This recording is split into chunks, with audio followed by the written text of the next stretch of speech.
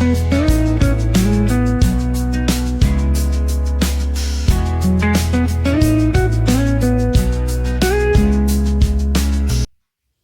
everyone, may ambu khurumjari. Ngasidi nga marum ngobong yengminarase. Nga marum jena ne phutuoga thammebako. Duga ngorakadoine hana phuto thamgrebako. Aduga makok maru yauraga ngobududi nattebako. Makok maru yauraga di chapam khangdeba marumdo. Aduduna aina marum ngakto ina ngorakadoine to mayam yengminarase. Thau saram matungda aina jira khara hapsanjare, tilo asoiba khara hapsanjare. Adu ngakta ngobirani sisu. Aduga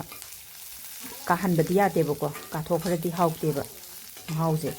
aduna sing chanam asubado adu khara mu hapsanjarani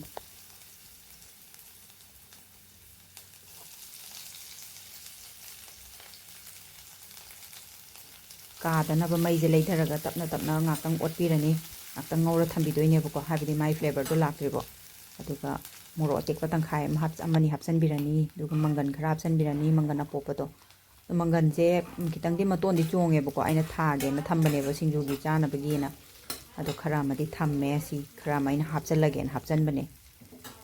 adu ga sumain tor ga ngak tang ngobirani hing khara hapchan birani hing powder do adu ga moi hing powder si di happy ba du ni manam ga su hate ba adu na ina titali hing do kitang khak leiri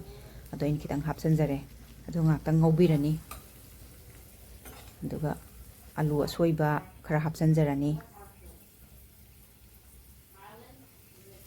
aduga otlaga ngaka ngobirani moise hanang mulhandoinebako manganne aduga ngasagi alu sine si pulapna ngauraga siji khara hana moi hana ngauba haita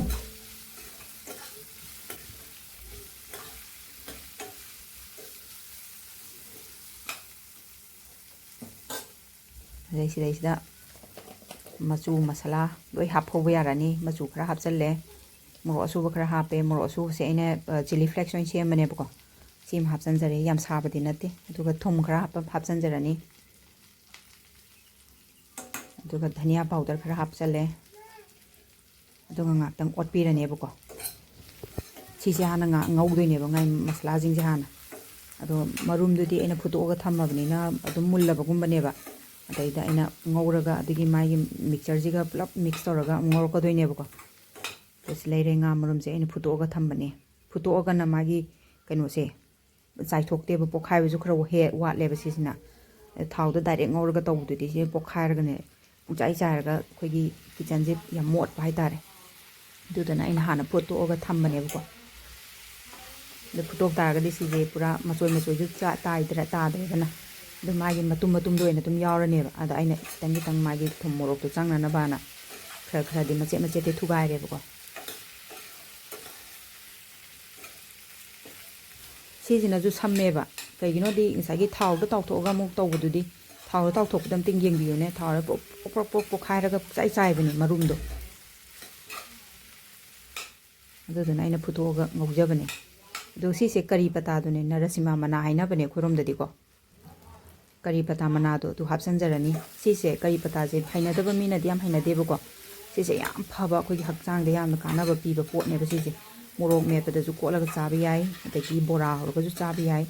loi yai aduga ma se diabetes kumba khoi bp leba khotpa leidana diabetes yam kanai hai sise chaba je aduga khoi gi manam ha jam hat lebako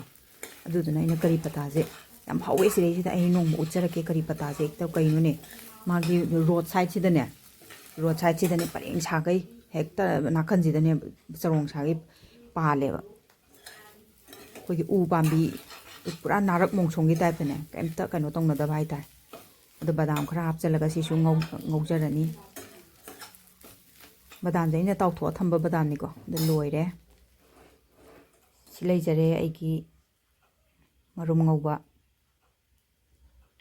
nga marum do ai mayam da ai request tawjari aigi video se subscribe tawbiramo bell icon nambiramo like comment share tawbiramo comment da su kari wada pa kari hapadi hawni habdo mayam da su dum suggest piramo mayam da su suggestion pibiramo haitare ado sumaina ngawe yam jo hawe nga manam ha jun tanamdre ado sumai tawdana aina nga marum se ngaujare do so thank you for watching my video. Thank you.